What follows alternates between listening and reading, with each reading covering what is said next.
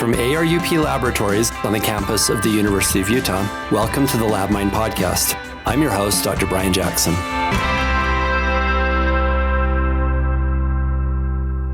Today is Tuesday, the 19th of March, 2024. Today's guest is Dr. Jane Dickerson, Division Head of Lab Medicine at Seattle Children's Hospital and Associate Professor of Pathology at the University of Washington. Of special relevance to today's discussion, Dr. Dickerson is a co-founder and Director of Clinical Services for PLUGS, which stands for Patient-Centered Laboratory Utilization Guidance Services. And we'll be discussing that more in just a minute. Dr. Dickerson completed her graduate work in analytical chemistry and then later a clinical chemistry fellowship at the University of Washington, where she subsequently joined the faculty and has been on faculty for a number of years. Jane Dickerson, welcome to LabMind. Thank you so much for having me. Okay, so what is PLUGS? Let's start there. How did you get involved in this? Yeah, well, PLUGS is a nonprofit running out of a nonprofit, Seattle Children's Hospital. PLUGS stands for Patient-Centered Laboratory Utilization Guidance Services. And we really just aim to improve all aspects of lab test ordering. So that includes access to appropriate testing all the way down to the policy and reimbursement and financial toxicity end of testing.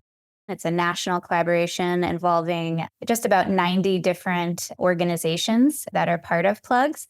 And we've had a significant growth over the last decade since it started. And we've changed names and grown with the field over the past few years as well.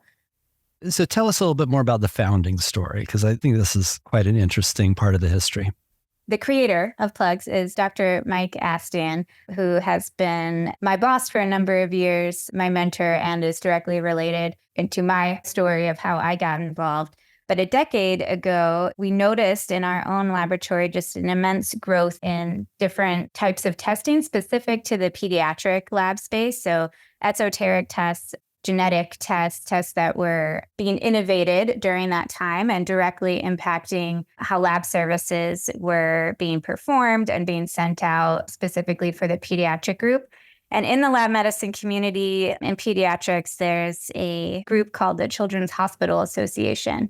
And so Mike was there at these meetings and starting to hear about how this was really a challenge for labs to get started with these specialty tests in a way that was both safe, because it's a new technology, difficult to implement, in a way that's effective for all patients, and also quite costly. When things are new, everyone wants the latest and newest things. And this was a challenge that was not unique to our system. So he was thinking we should all get together, create this co-op, and I'm going to call it PLUMP. And that was the idea of how it started. It was Pediatric Laboratory Utilization Management Co-op, PLUMP. And he was very proud of this idea, running around the country. And then it was our good friend, who you also know, Rob Carpenter, who at the time was at Children's Hospital Colorado, was like, that's a really good idea. How about PLUGS? How about Pediatric Laboratory Utilization Guidance Services? And so that's really how it was born. It was a collaboration from the start, getting all the names together. And since that time, the focus expanded. It started very pediatric-centered, but it turns out this stewardship is not practiced in isolation, and the principles apply to just about everything. So we changed names to Patient-Centered Laboratory Utilization Guidance Services. One of the things I love about PLUGS, and there are many things, but one is just the creativity of it all. And Mike is such a creative guy. And obviously we have to plug the episode where I interviewed him about 4 years ago. When you think of creative fields, you think of music and theater and art, but people don't always think of laboratory medicine as a creative field. But the way Mike Astan practices it, it's absolutely a creative field. So love that story. Another area of creativity that I know you've been personally involved in is the annual conference. So I'd like to ask you some questions about that, and particularly the programming. So in terms of my personal conference tastes, I really like going to conferences that are more multidisciplinary, where everyone doesn't come from the same background. And Plugs absolutely falls in that category. I mean, you've got genetic counselors, you've got pathologists, you've got lab professionals, the testing side, but you also have a lot of people on the business side of things. So what was your thinking on this? Was this intentional to go for a really multidisciplinary kind of an audience?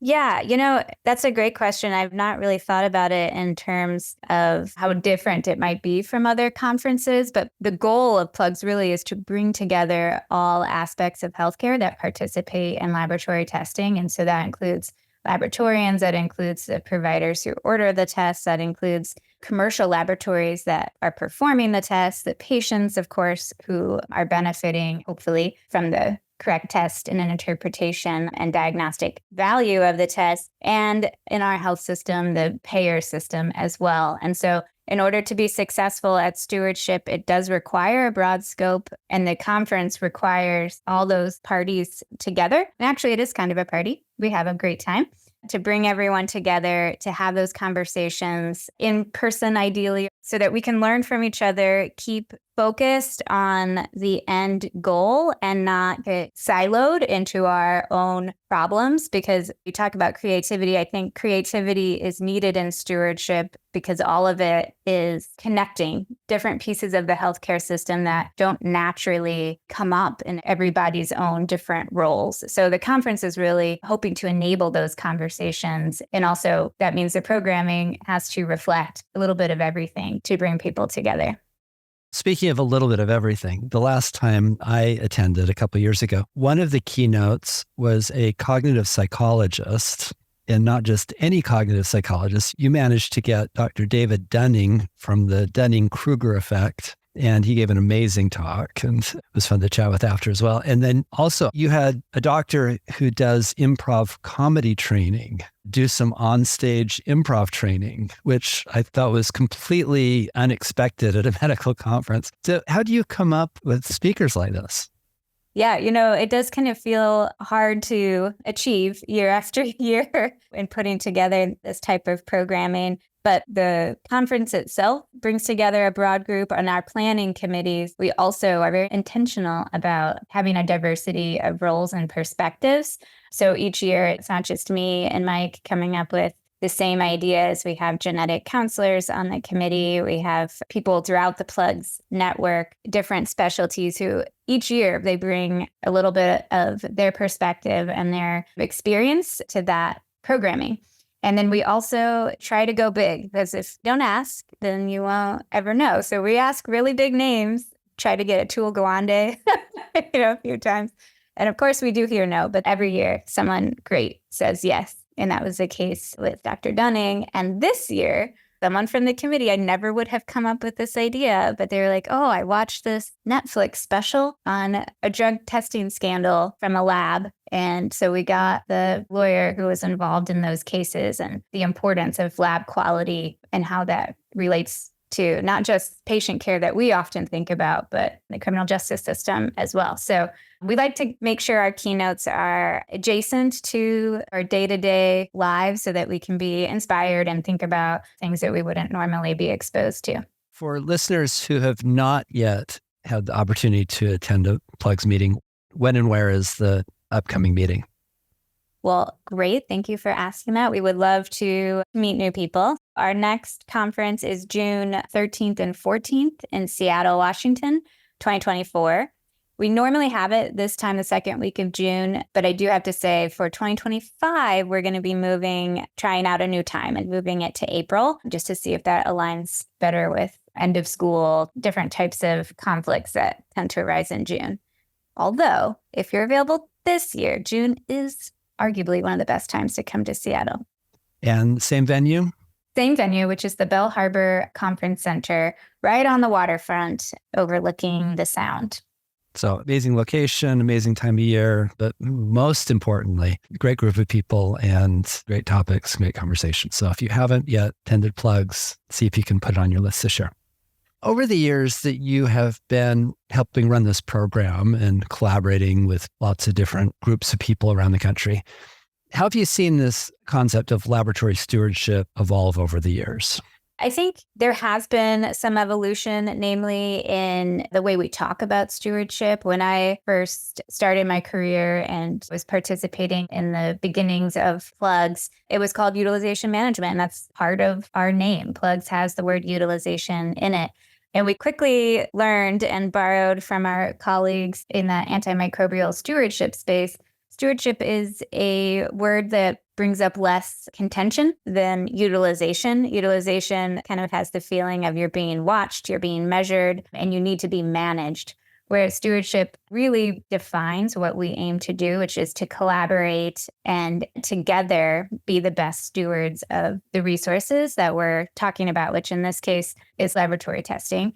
Throughout the years, I've seen different emphasis placed on cost, depending on what the country's financial state is. So some years we think about stewardship as a way to bring cost savings, both to families at the end of the day, as well as to the services that we have to pay for and provide. And then other years, there is emphasis on patient safety and getting the right test to provide the monitoring or the diagnosis and interpretation. And that was really big, I think, too, when we saw the big changes with genetic testing, because in the beginning, it was really confusing for the care teams to know what the best test was, what the methodology was, how one lab might differ from another. And so stewardship played a huge role, not just our program, but across the country in providing that guidance and making sure that the resources were in place to get the best test and draw the right conclusions from that test, and to make sure that the result actually came back, because that group of testing is most at risk for taking a really long time and then not being followed up on. But it really was the whole circle. And then, of course, it has the huge cost element as well. So I think it's a really nice example of all the different pieces of how stewardship can bring value. And frankly, I don't see that changing anytime soon. I think stewardship will have a place far into the future, regardless of what specific test we're talking about or what financial constraints we might be under. I love how you put cost in the context of a much larger picture of the right ways to do laboratory testing, rather than making it all about cost. I think in a lot of healthcare professional conversations, the word cost is loaded. There's often a cynicism there that cost is something that is imposed on us by the bean counter administrators, not to mention the insurance companies. We'll come back to them in a minute because that's an important part of the story too. But when you mentioned cost, you started off by talking about patient impact. And I thought that was interesting.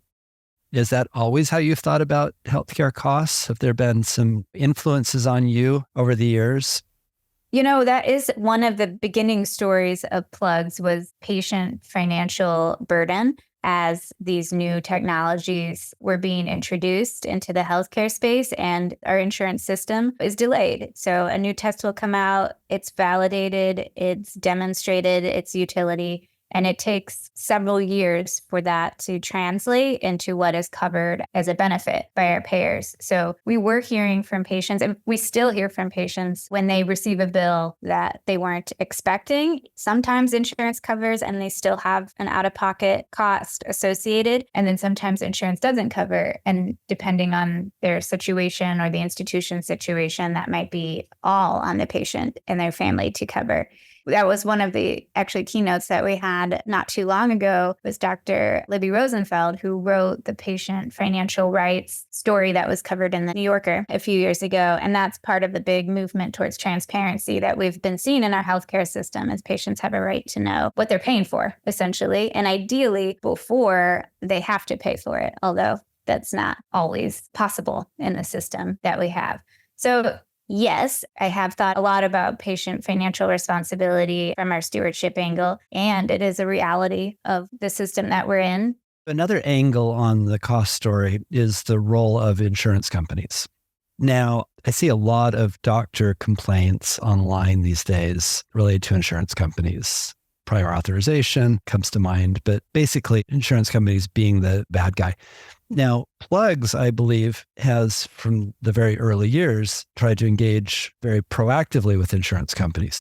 What was your thinking on that? But more importantly, how has that played out? What have you learned over the years? Our work with the insurance companies, we call it insurance alignment, is one of our founding principles and arguably one of our most important efforts and how we make the most impact through the work that we're trying to do, which is to have that conversation with insurance companies, influence when we can. And we do that by writing medical policies for tests like exome coverage, for example, posting that publicly on the website so that any insurance company can find it, edit it, use it for their own. We don't care about plagiarism because we want that test to be covered when it's medically necessary. And then we do it through working committees and groups where we ask the insurance systems, what are your challenges and how can we help? And sometimes that's coding transparency. They don't know what they're paying for. So Plugs has worked to partner with different organizations to apply for CPT codes to gain more specificity so that it's more on an even playing field in partnering together between what the lab test is and what the insurance company sees and what they're paying for. So those are two examples of how we have those conversations. And I think a lot of it is philosophy too.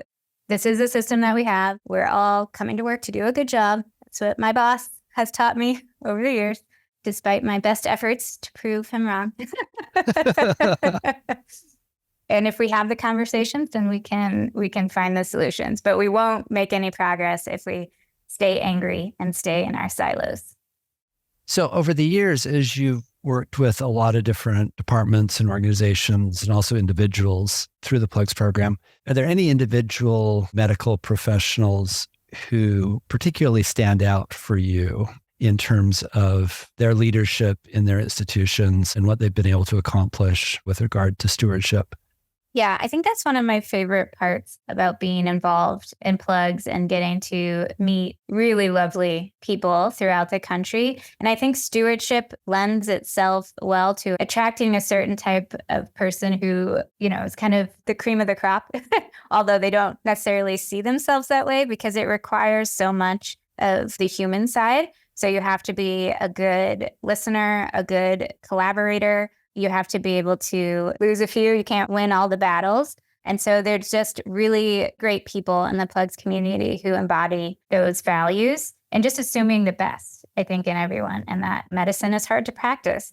So I think of course, my team first, just because we work together every day, but we have a lot of different roles in our stewardship group. And one of our genetic counselors, Darcy Sternan, she's been practicing genetic counselor for a couple of decades now and transitioned to the stewardship group about 10 years ago. And she had, I think it was her idea, and then she led this working group related to a policy on post-mortem testing. So this is a really difficult field, but comes up for every system is like, how do you handle requests for genetic tests that can really benefit and answer a lot of questions for a family after a patient has passed away? And of course, our insurance system and our health system in general is not really set up for that. So she led that work with different types of stakeholders, the clinicians. I think our ethics team was involved in developing a policy to handle those requests, which has helped tremendously because having those conversations for each patient one at a time is very difficult for everyone. And so having the foresight to put together a program and a plan so that you could point to it after something difficult has happened. And that's really one of our greatest tools in stewardship is having those difficult conversations to develop a policy so that you're not having it every single time in those challenging times. So I really credit her and her professionalism to leading us in that work. And there's people like that everywhere. I think of one of our colleagues, Elise Ashapinti in New Orleans in the Osher Health System, leading a very large stewardship team in addition to her day job as a clinical pathologist, running a very large lab as part of a health system and having these types of conversations and policy development. It really takes heart and backbone to be successful. And that's what makes Plugs so fun. I just named two, but really there's tens of people out there. So something that jumps out at me with those two examples is you just named two individuals with truly magnetic personalities. I mean, they are extroverts in the most positive sense of the word. And I would put you in that category and Mike Astian in that category. So here's my question. Do you have to be an extrovert to be successful in lab stewardship or in clinical leadership in general? It's interesting because I don't know that either of those people would classify themselves as extroverts. Well, that's interesting too. Myself, yes, I will own that part. I don't think you need to be an extrovert, but it helps to have some specific qualities or to build certain skills over time in order to be successful, or at least to be able to not want to quit every day. That would be good. Some of those qualities that I think about are a sense of humor. I think everyone that I know who's really made inspirational change at their institution and is still deriving some sort of professional satisfaction has a sense of humor. Being able to have those hard conversations and have boundaries. So that doesn't necessarily mean saying no, but framing something in the context of a boundary, whatever that is, like, yes, you can have that test, and this is how we do it here, or this is the lab that we choose. And I think being a good listener is really important too, because when you are in a position where you're making policies and deciding things that not everyone is going to love all the time, if you're able to listen and change your mind when you hear relevant, important information, I think that is a very valued quality that can lead to a successful program. You know, one thing I worry about when I think about leadership in a clinical setting is the trend toward corporatization in healthcare. As health systems get bigger and bigger with more layers of management, you definitely see this on the physician side, that every year a few percentage points more physicians are employed. Optum, the arm of the insurance giant United Health, is now the largest single employer of doctors in the country. And the risk there is that as employees, doctors and other clinical professionals may feel less autonomy, may feel more cogs in a machine. Do you worry about that? Do you still see opportunities for strong clinical leadership that's coming from people on the clinical side? Yes, I think it would be a big disservice, not only to stewardship, but to the entire field if we reduce value on clinical expertise and having clinicians involved in every step of the way.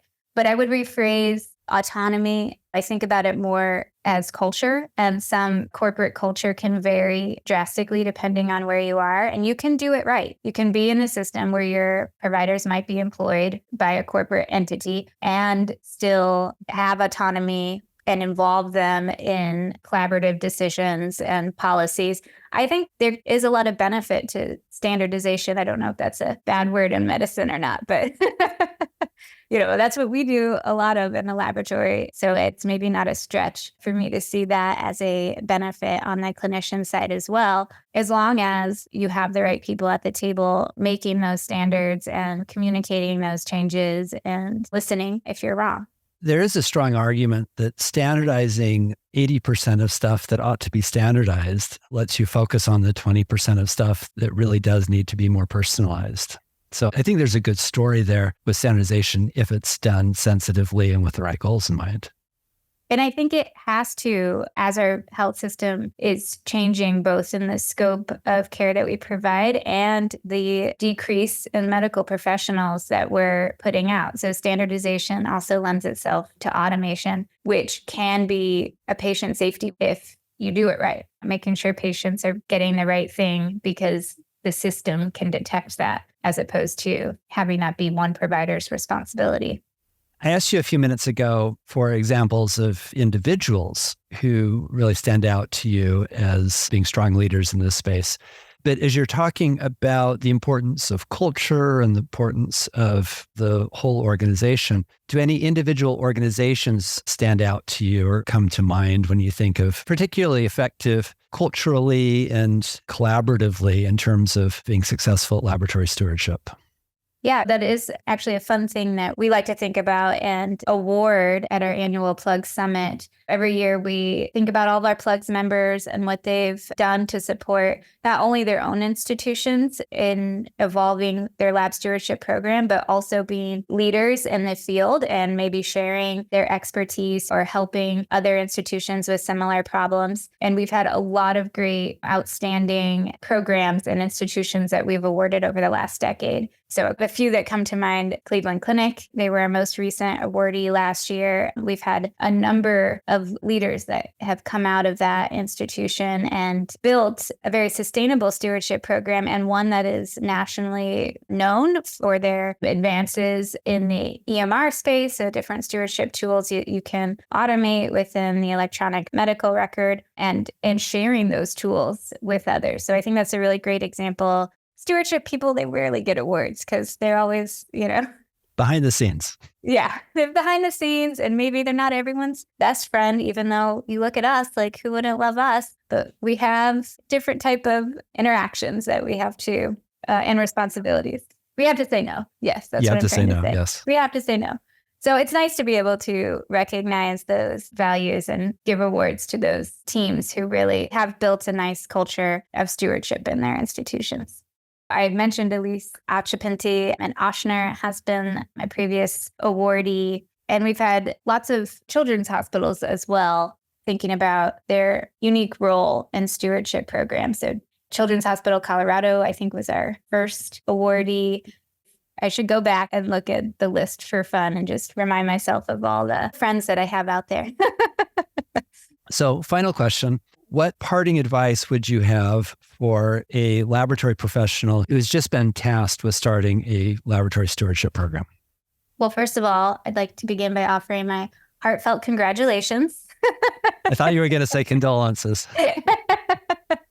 Some might interpret it that way, but you got to take that win. Congratulations, you have a new opportunity. And some advice I would give, I think what's been helpful to me to think about, even just today, getting emails for requests all the time, is, the 80-20 rule. So you don't have to be perfect. Don't spend hours of time writing a chart and getting all the policies in place. Like, you can make decisions as you go. So that's kind of like just do it phrase, do what you can, start small. And then I think another really helpful thing is to find a champion outside your department. And that doesn't need to be a big time sink for the other person. It's very hard to ask non-laboratorians to be involved in a stewardship effort. But see if you can make a friend, find someone else to be your champion so that you can say, okay, now we have a committee. You put together a small committee. Maybe it's just you and this other person. No one needs to know. And then you have a committee that's deciding things and not just you. And it kind of takes away that pressure a little bit. All right, Jane Dickerson, thank you so much for joining us for LabMind today. Thank you so much for having me. LabMind is sponsored by ARUP Laboratories, a not-for-profit enterprise of the University of Utah and its Department of Pathology. Our producer is Cherie Peterson, with audio engineering by Isaac Acosta Alvarez. You can also find other LabMind episodes at arup.utah.edu, along with an extensive video lecture library providing free CME and CE credits for medical and laboratory professionals. Subscribe to LabMind on Apple Podcasts, Spotify, or your other favorite podcast app. And please leave a rating and review in order to help others find the podcast.